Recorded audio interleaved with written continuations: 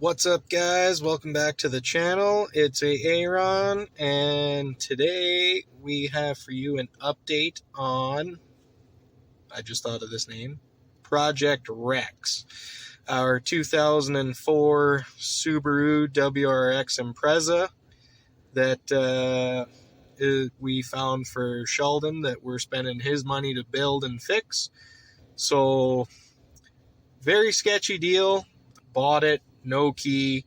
We got the bill of sale, got it back home, checked with registries / insurance, and confirmed it wasn't stolen. Messaged the guy, was like, hey, where's the key for this thing? He was supposed to have it. Didn't. Picked up the car. Didn't have it that time either.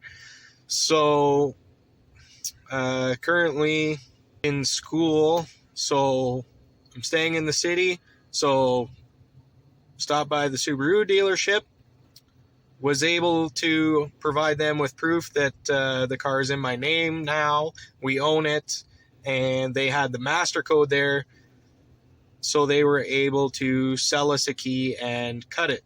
So shout out to Scott Subaru of Red Deer. Thank you for hooking us up with that, and hopefully the ignition hasn't been changed. We're gonna take off for home now, and we're gonna go try out that key and pray that it works. Okay, guys, we finally made it back to the car, and we're going to try out our brand new key from Scott Subaru. So, it turns. Oh, there it is. So I just felt it unlock. So it opens, turn it the other way, now it's locked. So unlock it.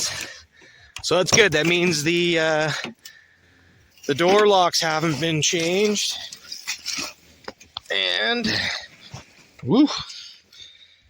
So, good things about 2004 Subarus: they don't come with a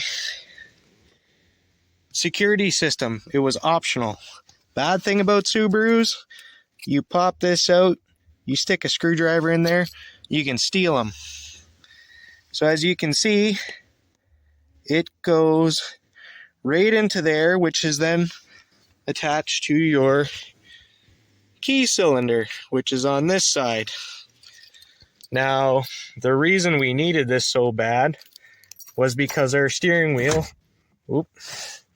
is locked, so I couldn't steer it onto a trailer. So if we stick this in here, hopefully this will unlock our steering wheel now. I'll give you guys a view of the key. Oh, beauty.